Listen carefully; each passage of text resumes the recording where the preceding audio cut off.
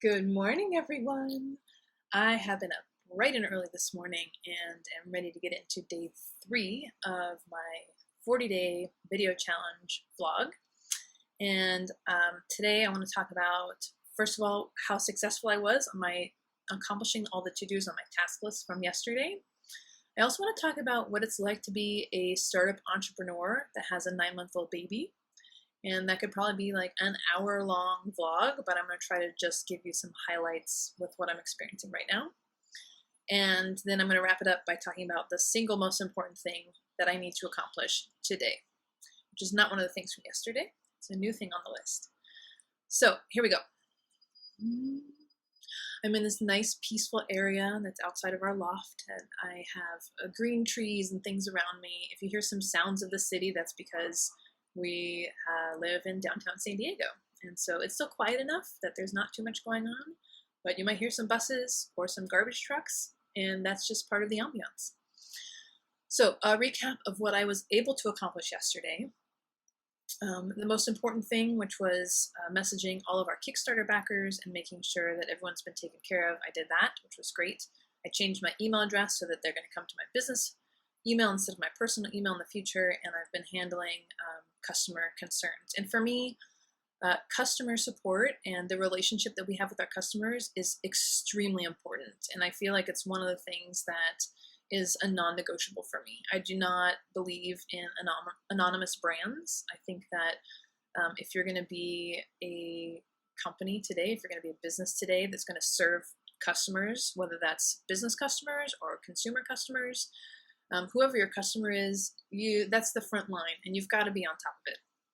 So I spent time sending personal emails to those people that I had inadvertently neglected, and most of them got back to me right away, and they said, not a problem, let's move forward with whatever this resolution is. So I feel great about that.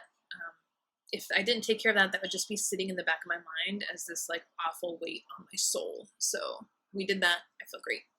I was also able to publish the blog post, but I was not able to get to sending an email out to our cocktail club, letting them know that there's a new blog post, and I also was not able to post on social media, which our social media stuff seems really dead right now, but I'm having to just focus on the things that are most effective.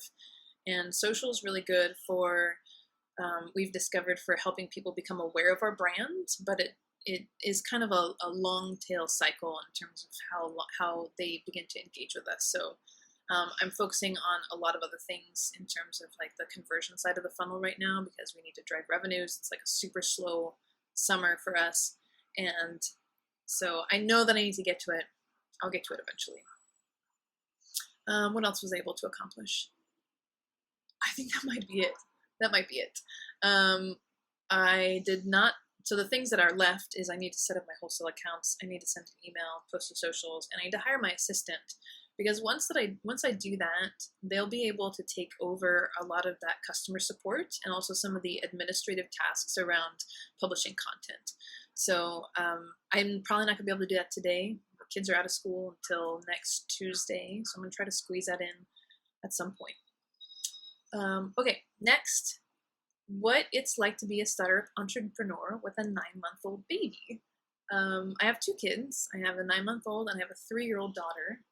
The baby's a boy, and it's not easy. It's not easy, but I don't like to talk about it that often because I don't feel like complaining is very productive use of my time. However, it is a reality that we live with every single day, and it's, I don't know, something that I think other people who might be in my similar situation or have experienced this or about to experience this, it's something that is important to talk about. So Sean and I started our business, Standard Spoon Barware, before we had kids, and that was one of the best things that we could have done. I quit my full-time job. We launched this company, and we were able to build it. We mostly worked part-time. We wanted to build it slowly and sort of figure out our mistakes when there was less at stake. And so we've kind of been building it slowly over the last few years, really ramping up intensity over the last year. Then we had kids 3 years ago, 3.5 years ago, and it was not easy, and it required a lot of compromise, and there was a lot of like part-time entrepreneur, part-time stay-at-home mom, and then we finally got her into preschool, and I had some more productivity, but I was still working other jobs and doing some consulting work to bring in personal income as our business really started to get off the ground. One thing that I love about being a mom is that before I had kids, I knew why I was starting our own business. And a big portion of that was wanting to have the time flexibility to be able to spend with my family and not have to be beholden to like working 40 to 50 hours a week and just never being present for my family. And so I wanted the option to be able to flex my time depending on if my kids need me, or like to be a little bit more available to them.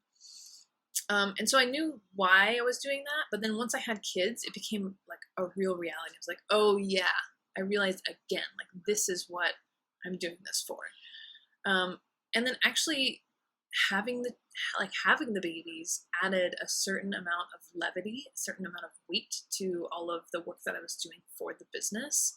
Whereas before it was conceptual, now it's our reality. And so I wake up every morning and I see my two kids and I'm like, that's why I'm building this business, so that we can have a future that involves the most important things as part of our life, which is family and experiences and time with one another, with the people that we love.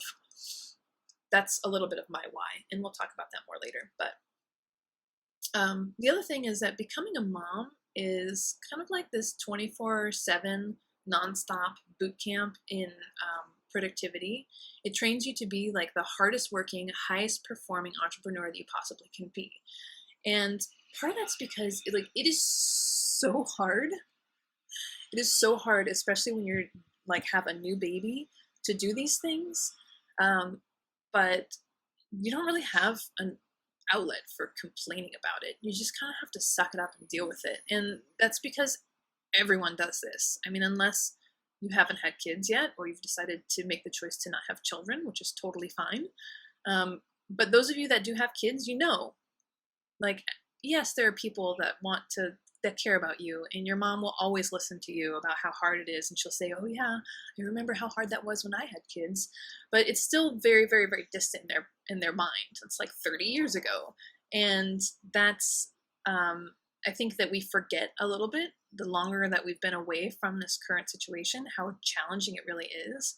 But when you're in the moment of these intense nights, of the screaming fits and the tantrums and the random things that your kid decides to take issue with, it can be completely overwhelming. And yet at the same time, it's like, well, boo-hoo, deal with it. Everyone else has the same problems, who has the same situation as you. And so it trains you to just kind of like stop complaining and start problem solving, to put your desire for like sympathy on the back burner and just figure out how to make it work in the future. And I think that's been an incredible level of understanding and of experience that I've gained, that has only helped me as an entrepreneur. So yeah, that's a little tidbit. And the last thing for today's vlog is, what is the most important thing for me to do today? And it actually has nothing to do with my previous task list.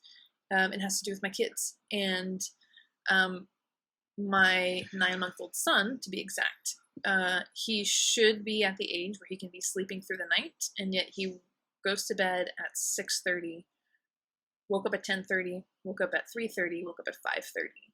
And so it's really impacting my sleep, but also like everyone's sleep as a family. And so one of the most important things, the most important thing that I need to do today is to call my friend, who is a baby sleep coach, and get a plan together for doing some sleep training for him, especially because in September, in about a month, I'm going to be going to Chicago, and I will be away from him for 2 nights. And it would be great if Sean doesn't have to deal with the midnight wakings, and like we do not need to be nursing him or feeding him a bottle to go back to sleep. So that's my goal for the next month, is to sleep train him, so that when I go out of town, he will, our family will just have a lot more better experience with that. So Thank you for joining me on day 3. Please subscribe to The Round Chaos, which is the channel that my husband and I have around our journey as creative entrepreneurs. And like this video if you liked it. Leave a comment in the comment section if there's something that you'd like to hear about in future vlogs. I'm doing a 40-day challenge. This was day 3, and have a wonderful day.